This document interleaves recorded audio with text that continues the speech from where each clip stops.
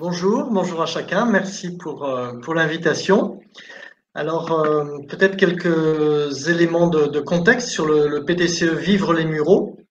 Euh, Juste un petit point de départ. En fait, moi, je suis par ailleurs directeur d'une structure d'insertion et on remet, entre autres, 30 personnes à l'emploi chaque année. Et puis, on s'est rendu compte sur le territoire qu'en fait, pendant qu'on faisait ça, eh bien, il y avait le double ou le triple qui perdait son emploi pendant la même période.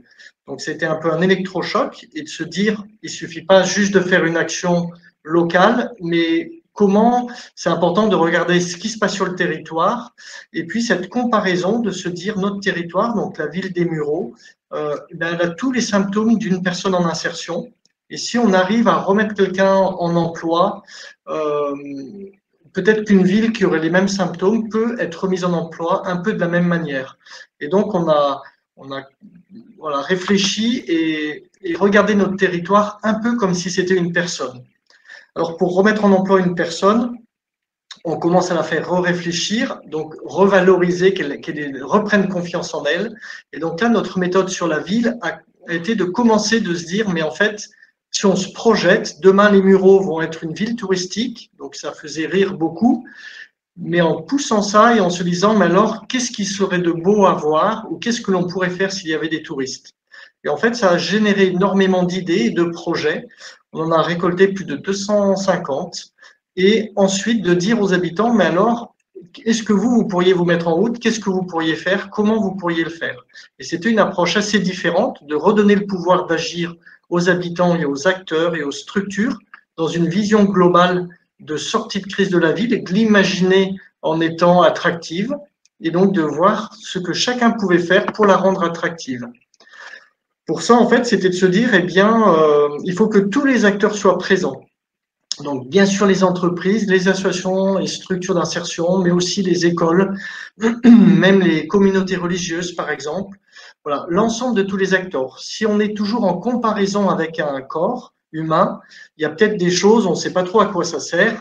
Pour le commun des mortels, un médecin, c'est peut-être plus, mais la rate, à quoi ça sert? Ou voilà, j'ai des organes, je ne sais pas trop. Et ben, donc sur ma ville, il y a des acteurs, je ne sais pas trop ce qu'ils font là. Mais en fait, je vais me renseigner et essayer de les raccrocher à l'écosystème vivant. Et si tout le monde se met en route et refonctionne ensemble, alors on a un corps vivant qui commence à avoir un impact fort. Donc, pour nous, l'important de la création d'un PTCE, c'était de, voilà, de renouer tout le monde ensemble et de redémarrer cette concertation. Alors, on a mis en place une méthode Muro. Je ne vais pas vous la lire en entier, mais juste, par exemple, des éléments un peu clairs. Donc, un peu ce que je disais, entreprendre sa vie, son territoire. Donc, je n'attends plus qu'une solution arrive de l'extérieur, mais mon positionnement va être de se dire, eh bien, de là où je suis, qu'est-ce que moi je vais pouvoir faire? Voilà. Donc, cet inversement et de ce positionnement-là, un autre exemple de positionnement, c'était aussi, on se disait, ben, on est dans la banlieue de Paris, donc on a été mis au banc, voilà, on est loin de, enfin, mis au banc de Paris. À l'inverse, maintenant qu'on sait qui on est et qu'on propose des activités, ça a été de se dire, ben, nous, notre chance, c'est que dans notre banlieue, on a Paris, et donc quand on met en place des actions, on a un potentiel très très fort de public qui peut venir assez facilement. Et puis l'alliance donc de tous les acteurs, donc avec même des fois un peu beaucoup d'audace, d'acteurs qui ne seraient pas forcément mis à travailler ensemble et que l'on arrive, et c'est souvent là, quand on met des acteurs qui n'auraient pas imaginé travailler ensemble, c'est là où on a le plus grand résultat. Alors on a 3 axes de travail qui ont été définis avec tous les projets qui sont remontés des habitants. Un sur le vivre ensemble, donc là c'est un peu comme au judo, même si j'ai quelque chose qui est difficile, je vais utiliser la force de l'adversaire pour le battre. En fait, on nous a beaucoup dit que dans les banlieues, ce qui était compliqué, c'était voilà toute cette diversité de population. On a voulu en faire une force et donc du coup, on a plein d'événements de vivre ensemble, puisque si la ville est apaisée, elle est beaucoup plus accueillante. Le travailler que je vais détailler un petit peu plus, et puis le tourisme expérientiel, donc de venir au Muro pour vivre une expérience de rencontre. le travailler, je vais détailler un petit peu plus. On a toute une partie d'insertion et de mise en relation de personnes éloignées de l'emploi avec des chefs d'entreprise, par exemple, sur des choses un peu insolites, comme par exemple sur un acrobranche, où le jeune va aider le patron qui sera un peu moins dans son rôle en haut des arbres. Donc voilà, inversion des rôles. Et puis tout ce qui va être l'accompagnement à l'initiative et la création d'entreprises, donc avec un booster de l'entrepreneuriat.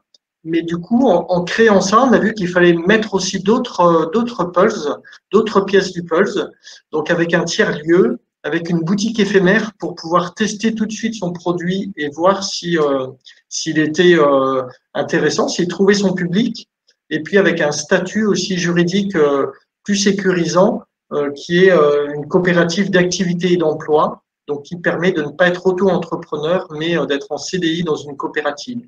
Donc, voilà, au fur et à mesure que l'on a avancé, c'était de se dire il faut qu'il y ait toutes les briques et articuler avec les acteurs locaux d'accompagnement à l'emploi. Toujours en pensant à notre territoire et à l'image, nous on voit sur un chantier d'insertion, c'est vraiment important que les personnes se ressentent appréciées et l'image en fait est très importante. Et donc là sur un territoire, eh bien c'est de travailler avec les médias, donc les embarquer dans l'aventure, de les nourrir constamment, puisqu'on s'est rendu compte que les médias écrivaient énormément de choses terribles sur la ville des Mureaux. Et en allant vers eux, on a découvert que c'était parce que ceux qui les alimentaient tous les jours, c'était la police et les pompiers, et qu'ils étaient très friands en fait d'avoir des éléments positifs. Et donc, en les alimentant comme ça, on est à plus de 1200 articles positifs en presse locale et nationale. Et du coup, c'est très contagieux. Donc, de mettre en avant toutes les belles réussites, les porteurs de projets. Et chaque fois qu'on a un article positif, on a pris la place aussi d'un article proposé par les pompiers ou la police. Et puis, dans le développement 2022, le fait d'avoir travaillé comme ça ensemble et d'avoir des rencontres permanentes et d'être venus amis, en fait, de tout cet écosystème, ça a été voilà, un peu plus facile de mettre en place, et on travaille là sur la mise en place de territoire zéro chômage sur la ville. Donc, on est dans cette création du dossier pour pouvoir le déposer. Et on espère pouvoir arriver, voilà, du courant de l'année, de pouvoir être territoire zéro chômage dans les nouveaux territoires.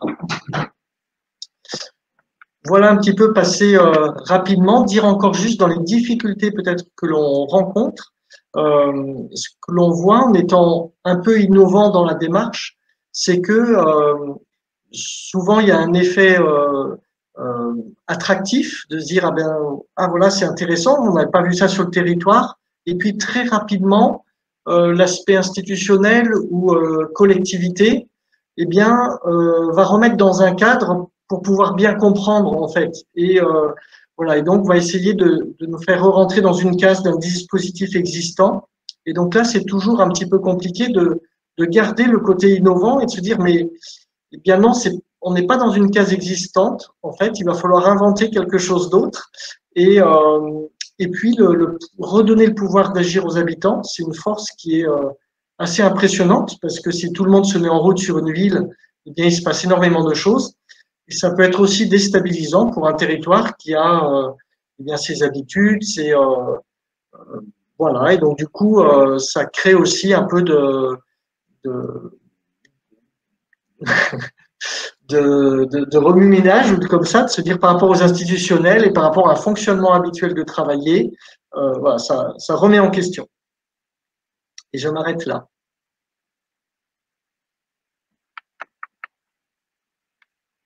Lorsque, peut-être un mot en rebond, lorsque j'ai été invité par l'AMF à venir témoigner au dernier congrès des maires au forum Co-construire avec les habitants, au-delà du fait que le journaliste rappelait qu'il a fallu attendre 104 ans pour que la question de la co-construction avec les habitants soit inscrite dans une session particulière, c'était surtout de la part des élus un très beau témoignage en disant, bien évidemment, les 6 qui témoignaient, dont la Guyane, témoignaient d'expériences assez longues de co-construction et de dire qu'effectivement, nous avions deux challenges par rapport à ça. L'un était de rassurer les élus, parce que quelque part, la co-construction, c'est aussi d'accepter qu'on sait le point A où on part, mais on ne sait pas exactement où est le point B d'arrivée. Or, jusqu'à présent, on a plutôt demandé aux élus de nous dire où est-ce que vous voulez arriver, c'est quoi votre point d'atterrissage, et on choisira finalement en fonction de ça. Et là, finalement, la co-construction, c'est une invitation à construire ensemble le chemin et finalement le point d'atterrissage. Et donc, c'est un peu déstabilisant pour les élus. Et puis, le deuxième point extrêmement intéressant que témoignaient les maires présents à ce forum, c'est aussi vis-à-vis des agents. Comment est-ce que cette co-construction, ce pouvoir d'agir des citoyens, la capacité d'alliance entre les organisations dont on va parler dans un instant, finalement, comment elle ne se substitue pas, mais elle se complète finalement par rapport à ce qui existe, et comment ça n'est pas perçu finalement par les agents locaux comme parce qu'ils n'auraient pas bien fait leur travail que les choses pouvaient se faire. Donc, merci Jean-Marc pour ce témoignage, parce que je pense qu'il ouvre déjà finalement un peu le débat sur comment passer de l'action à l'interaction, de la même façon que Guillaume disait, finalement, entre les différentes catégories des acteurs du territoire, permettre une simultanéité de l'action n'est pas si simple. De la même façon, effectivement, entre le lien entre l'acteur public et l'acteur privé, c'est encore un challenge devant nous.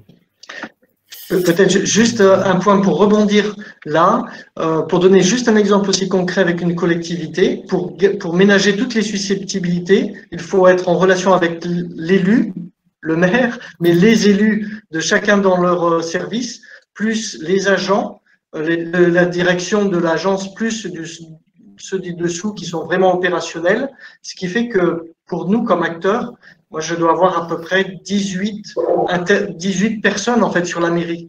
Donc ce qui nécessite 18 rendez-vous, 18 échanges de mails, enfin, juste pour montrer aussi la complexité pour un porteur de projet face à une collectivité, pour essayer de ménager, d'être le plus possible, enfin que tout se déroule le mieux possible, le nombre d'acteurs que cela demande d'avoir un interlocuteur.